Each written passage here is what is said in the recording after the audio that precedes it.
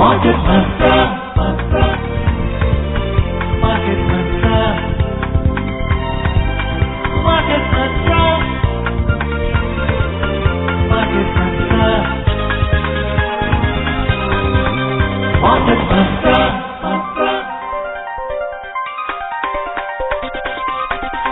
Market Mantra. Welcome to the Sunday edition of Market Mantra, the program in which we give you a complete update on the economic news of the day. And today we'll also be taking calls from you, our listeners, on any queries that you may have on mutual funds and related matters. You can call us on the following three numbers: 2331 4444, 2371 7106, and you can also call us on 23421050. Please remember to prefix 011 before the number if you are calling us from outside Delhi. I am Ishan Mittal, and with me is my co-anchor in Hindi, Amrish Saxena. नमस्कार। आर्थिक खबरों के कार्यक्रम market मंत्र के साथ हम हाजिर हैं। आज रविवार है और हर रविवार की तरह आज भी हम म्यूचुअल फंड से जुड़े आपके सवालों के जवाब देंगे। सवाल पूछने के लिए आप हमें इन नंबरों पर सीधे फोन कर सकते हैं 23717106 और दूसरा नंबर है 23314444 और हमारा तीसरा नंबर है 23421050। दिल्ली से बाहर के श्रोता इन नंबरों से पहले एसटीडी कोड 011 भी डायल करें। आपके सवालों का जवाब देने के लिए हमारे साथ जुड़े हुए हैं mutual funds expert value research के धीरेन्द्र कुमार। धीरेन्द्र जी, कार्यक्रम में आपका स्वागत है। धन्यवाद आपका। और पहले हेडलाइंस लेके मौजूद हैं Ishan Mittal. Thank you, Amrish ji. First, the headlines. Foreign investors pump in nearly 6,500 crore rupees into the Indian equities market in just 2 days of trading in June. Union Minister Bharati Praveen Pawar calls for integrating and strengthening of One Health-based surveillance system since the threat of pandemics is far from over. And global crude oil prices declined 1% during the week. विदेशी निवेशकों ने जून के पहले 2 कारोबारी सत्रों में ही भारत के equity बाजारों में लगभग 6,500 करोड़ रुपए का निवेश किया। केंद्रीय मंत्री भारती प्रवीण पवार ने कहा है कि महामारी का खतरा अभी टला नहीं है और ऐसे में एकीकृत स्वास्थ्य आधारित निगरानी प्रणाली को मजबूत बनाने की जरूरत है और अंतर्राष्ट्रीय बाजारों में कच्चे तेल के मूल्यों में सप्ताह के दौरान 1% की गिरावट दिखाई दी।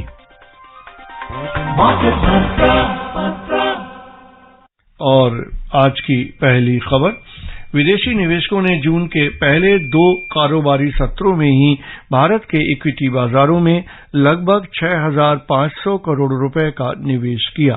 डिपॉजिटरी के आंकड़ों के अनुसार विदेशी पोर्टफोलियो निवेशकों यानी एफपीआई ने इस अवधि में इक्विटी बाजारों में 6,489 करोड़ रुपए डाले। हालांकि इसी अवधि के दौरान उन्होंने डेट बाजार से 73 करोड़ रुपए निकाल लिए।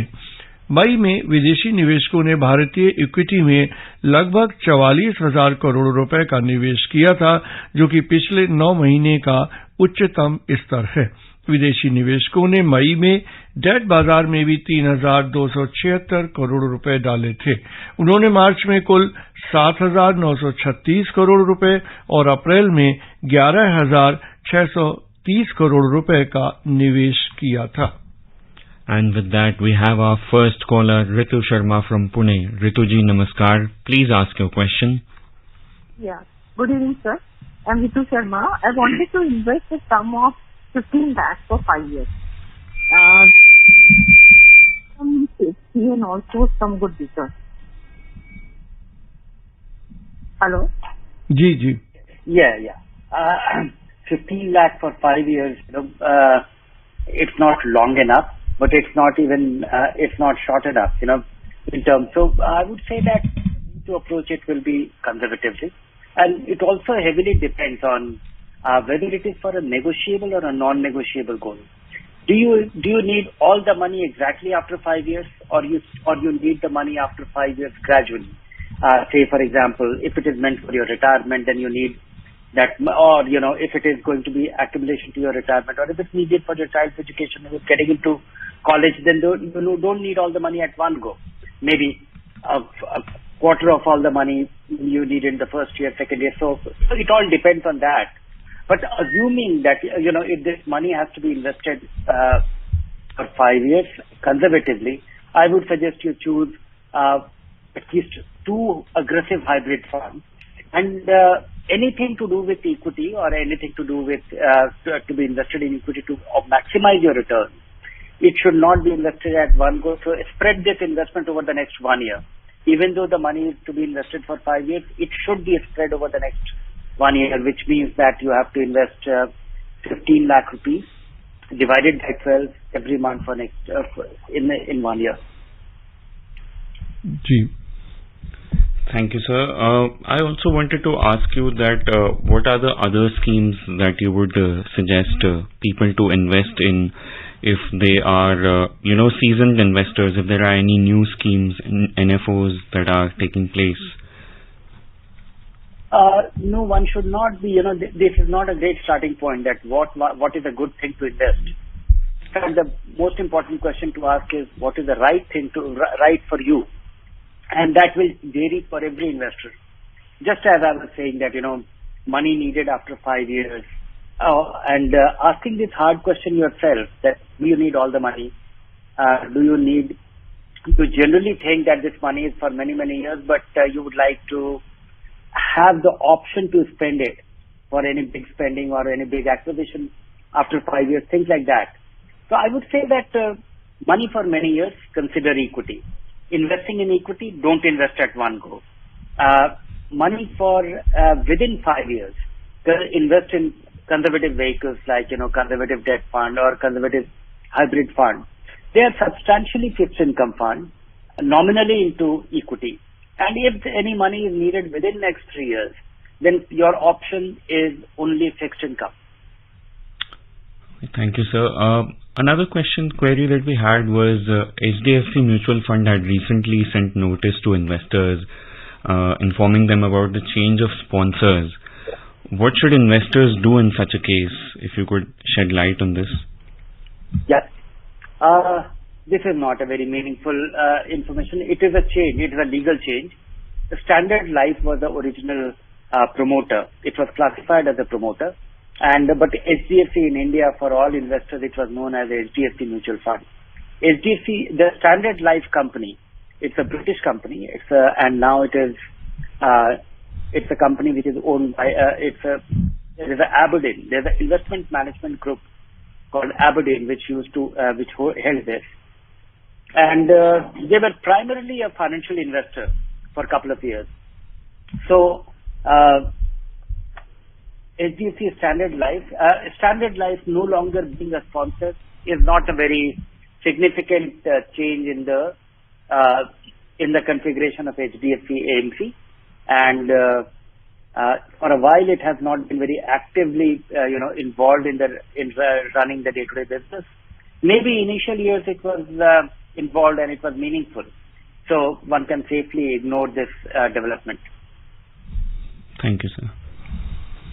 और धीरेन जी, जैसे सेबी ने अभी प्रपोज किया है कि जो म्यूचुअल फंड इन्वेस्टर्स के ऊपर जितने भी जो भी एक्सपेंसेस होते हैं उनका कुछ ओवरहॉल ऑफ द एक्सपेंसेस करने की कोई योजना है, इस तरह का क्या प्रस्ताव है?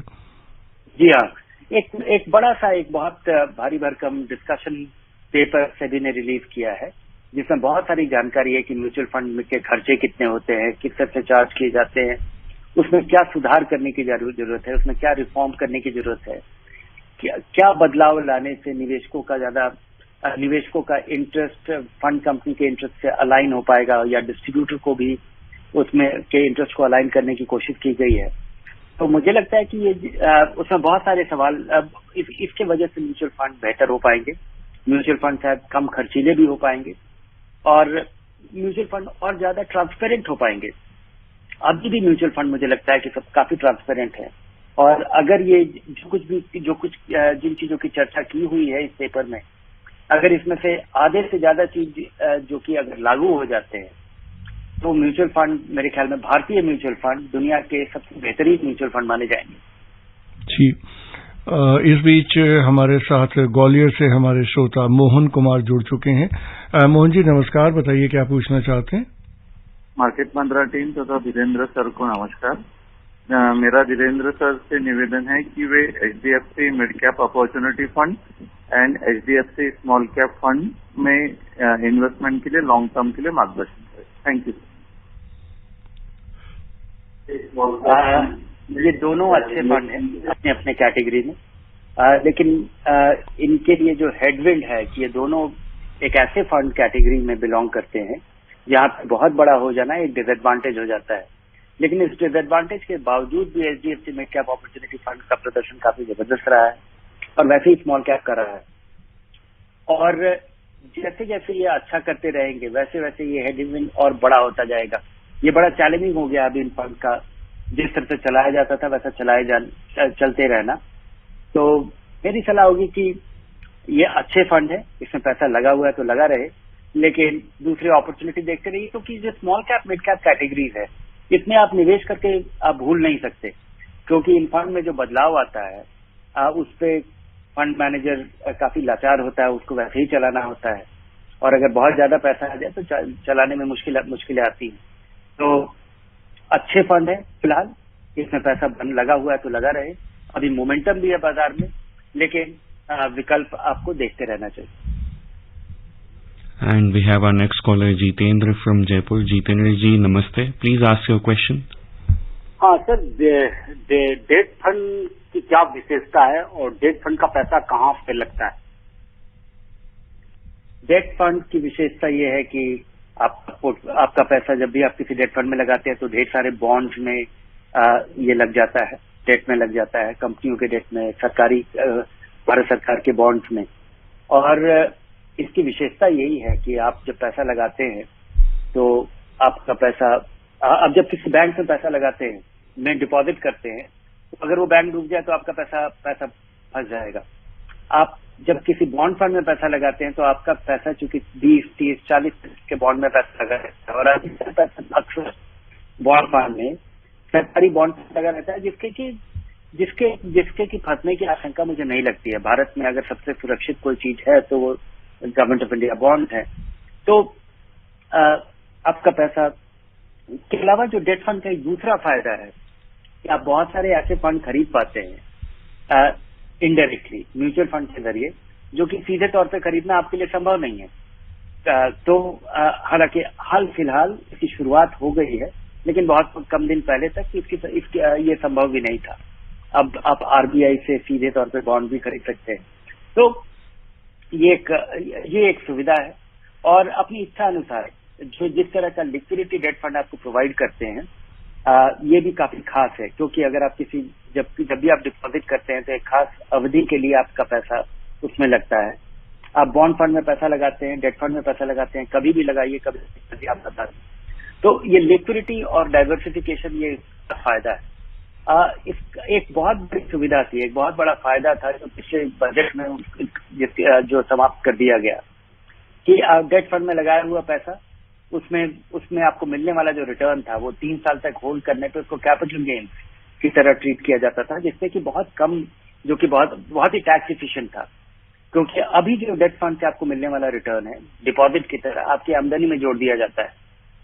लेकिन अभी भी एक डेट फंड का एक फायदा ये है कि आप अगर डिपॉजिट करते हैं और सालाना जो आपकी आमदनी होती है इंटरेस्ट की, भले ही आपको रियलाइज नहीं कीजिए, उस पर आपको टैक्स देना होता है। डेट फंड में आप ये टैक्स को डेफर कर पाते हैं। आप डेट फंड में पैसा लगाइए और अगर आप 20 साल तक उसको छेड़ते नहीं है, अगर वो आपका पैसा लगा रह जाता है और आप उसके रिटर्न से संतुष्ट है, तो जब तक आप निकालेंगे नहीं तब तक आपको टैक्स नहीं देना है, देने की आवश्यकता नहीं है।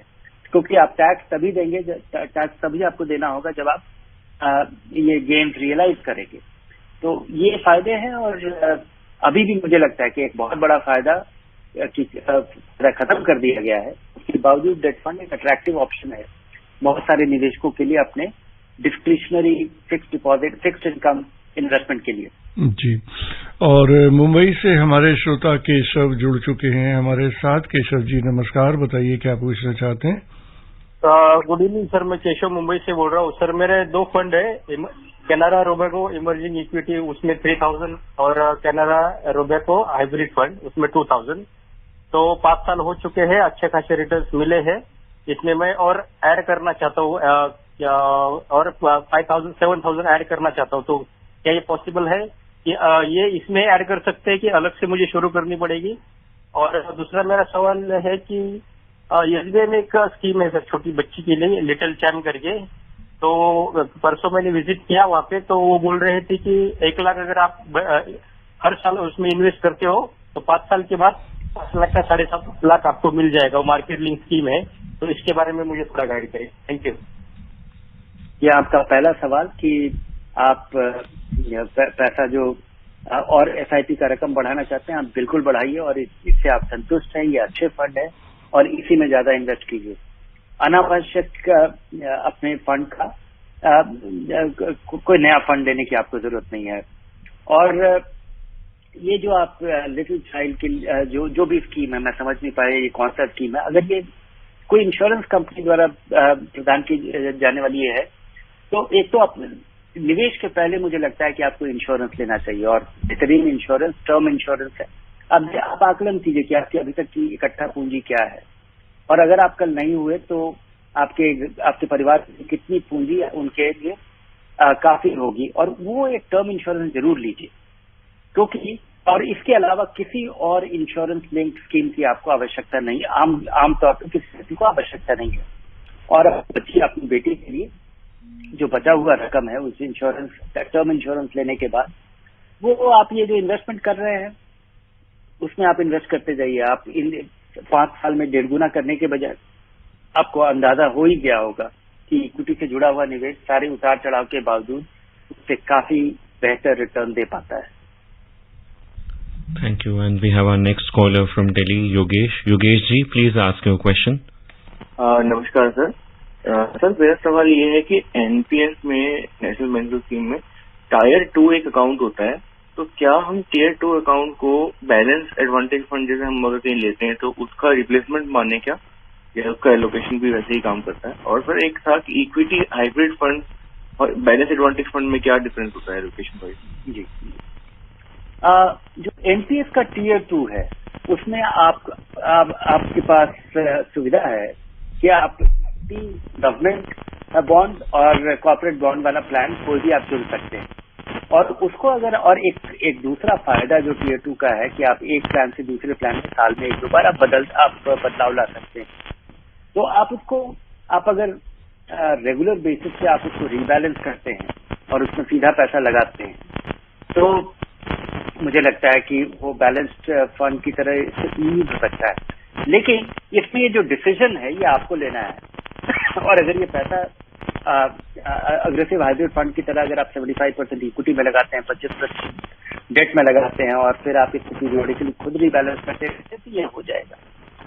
और बैलेंस एडवांटेज फंड और बैलेंस फंड का अंतर ये है कि बैलेंस फंड आधा इक्विटी में लगता है, आधा डेट में लगता है। बैलेंस एडवांटेज भी करीब करीब ऐसा ही होता है, लेकिन technically legal point of view से, टैक्सेशन के पॉइंट ऑफ व्यू से इसमें चूंकि ये जो फिक्स्ड इनकम का एलोकेशन है आर्बिट्राज पोजीशन के जरिए, इसमें 30 से 35% फिक्स्ड इनकम जो है वो आर्बिट्राज के जरिए होता है।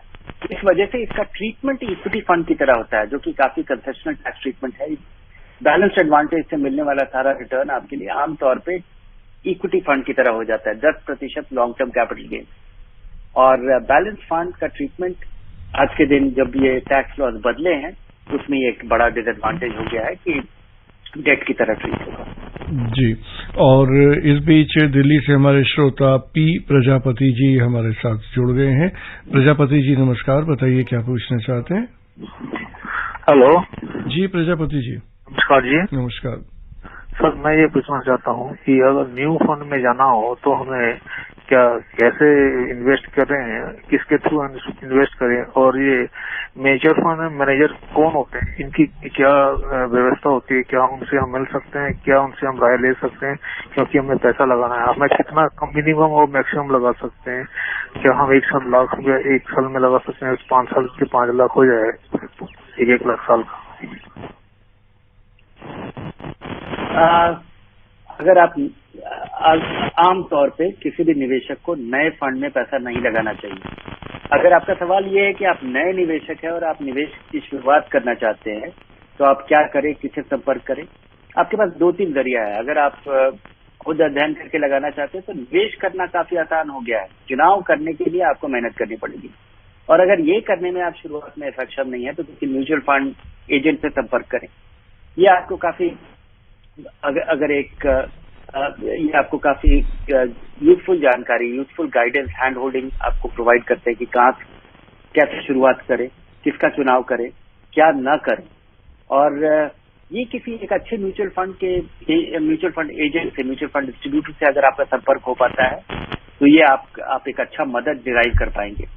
और अगर एक अच्छा सलाहकार के जरिए आप अगर निवेश करते हैं या खुद अगर ये अध्ययन करके आप ये जानकारी या बेसिक प्रिंसिपल आप फॉलो करते हैं, चूंकि अब निवेश करना बड़ा आसान हो गया है, तो बेहतरीन रिटर्न डिराइव किया जा सकता है काफी सुरक्षित तरीके से, काफी रिस्क कम करते हुए, बशर्ते कि आप उन नियमों पे कायम रहें, उन नियमों को जाने, फिर उस पे कायम रहें। और ये जो बाजार में भारी उतार चढ़ाव आता है उसको आप विथस्टैंड कर पाए, उस समय आप ठीक से नेविगेट कर पाए। और उस समय मुझे लगता है कि एक शुरुआती निवेशक के लिए शुरुआती सालों में एक म्यूचुअल फंड डिस्ट्रीब्यूटर या म्यूचुअल फंड एडवाइजर या एजेंट का बड़ा योगदान हो सकता है।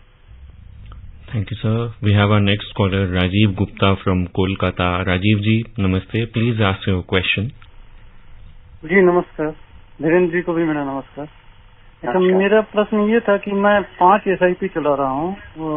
इसमें मैं नाम बता रहा हूँ: इन्वेस्को कंट्रा म्यूचुअल फंड, पारस्परिक flexi cap fund, Kotak equity opportunity fund, quant small cap fund और quant mid cap fund.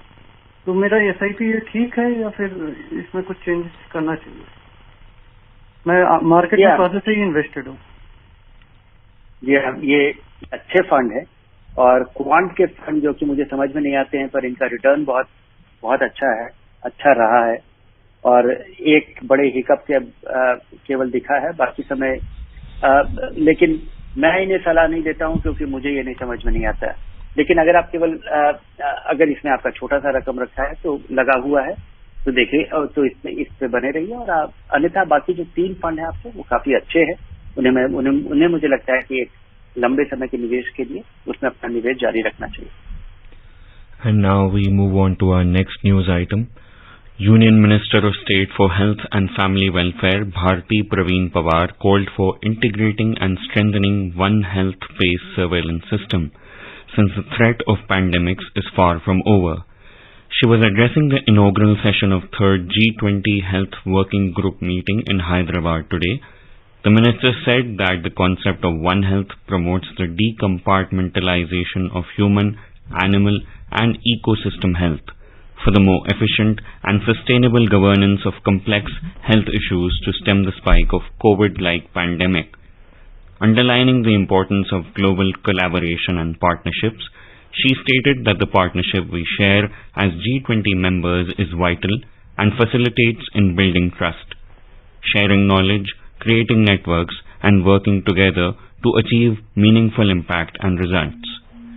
Speaking on the occasion, Union Tourism Minister G. Kishan Reddy said that the government is committed to universal healthcare for all by 2030.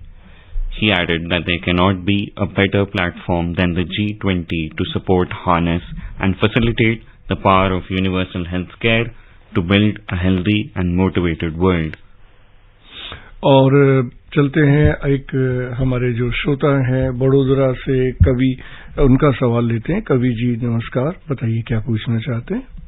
Sir, good evening. Good evening. Sir, actually my question is about mutual fund. That is, how much safe in investing into the Parak mutual fund? Actually, since it is investing into the US market also, so how much safe our investments are in that fund, in equity segment? Which fund? Sorry. Parak Flexi Cap Fund. Okay. That is one question. Second question, one more question I have. Sir, actually, if someone parks 10-15 lakhs rupees in that same fund with the motto of having some monthly income in the scheme of systematic withdrawal plan, what should be our you can say our rate of withdrawals? with the motto of having some capital appreciation also. So it should be 8% or 9%. What should be our rate of withdrawal so that we can have some capital appreciation also? Okay. I think, mutual funds are intensely regulated. The design of mutual fund is that it is just as, Parag Parikh mutual fund is just as safe as any other mutual fund. The way it is organized, the way it is regulated, the way it is conduct its business, I don't see any reason to be apprehensive about them. Just because, it is not a big brand. It's not like a big bank sponsored thing. But still, the most of the safety of mutual fund is derived from the design of mutual fund as a business, as an activity. So I don't think we should be apprehensive about that at all. Next question is, how to. Sorry, I just missed on your second part of the question. Okay, about the withdrawal rate. My suggestion to you is, I've been thinking very hard about this withdrawal rate, and I would say that keep a flexibility in mind. And if you are heavily into some equity fund, or heavily into a conservative equity fund, or 75% equity, 25% debt kind of allocation that you are carrying with your investment, I would suggest that don't have a plan to withdraw more than 6% in your first year. And depending on the appreciation of your capital, revise your withdrawal to 6% every year. This way, the way it will happen is that, assuming that in a given year, you have, say, 100 rupees, and you started withdrawing 6%. So you took out 6 rupee in every month. 6 rupee in a year, which is equated in every month. And next year, whatever be the residual capital, the appreciated capital, or whatever be the updated capital, update it to 6% of that year. If it appreciates to 10% or 15%, and you have taken only 6%, you will be able to revise your withdrawal upward, because on the appreciated capital, you will be revising it to 6%. So this way, you will not run the risk of eating into capital in bad times, and in good times, you will be able to revise and upgrade your income in retirement. And now we have our next caller, Pushan from Kolkata. Please ask your question. Good evening, Mark. Sir. Thank you. Please keep your questions short, we request you. Okay, sir. Sir, मैंने sir एक state government employ हूँ, मेरा PPF account भी है, तो इसलिए मैंने sir axis small cap, quant small cap और टाटा स्मॉल कैप अभी तीनों में इन्वेस्ट किया हूँ। जी। मंथली 10,000 के लिए ईच। सर 8-10 सालों के लिए वो कैसे होगा सर? Thank you sir. अपना निवेश जारी रखिए, और म्यूचुअल फंड में एक परेशानी है कि आप निवेश करके भूल नहीं सकते। तो आपने निवेश किया, अपना निवेश जारी रखिए। 1-2 साल पे अपने निवेश को जरूर रिव्यू कर लें कि अगर आज आपको नया पैसा लगाना हो तो क्या ये फंड होंगे जिनका आप चुनाव करेंगे। अगर ऐसा है तो अपना निवेश जारी रखिए जी, कुछ बदलाव कीजिए जी। And with that, we move to the last news item of the day. Global crude oil prices declined about 1% during the week. Brent crude oil futures ended the week at $76.13, while the US crude closed at $71.74 per barrel. और धीरेन जी, इस कार्यक्रम में शामिल होने और श्रोताओं को बहुमूल्य जानकारी देने के लिए आपका धन्यवाद। धन्यवाद आपका। And now the closing. Before we close, a reminder of the headlines. Foreign investors pump in nearly 6,500 crore rupees into Indian equity market in just 2 days of trading session in June. Union Minister Bharti Praveen Pawar calls for integrating and strengthening of One Health-based surveillance system since the threat of pandemics is far from over. And global crude oil prices decline 1% during the week. And that's it in this edition of Market Mantra. Market Mantra.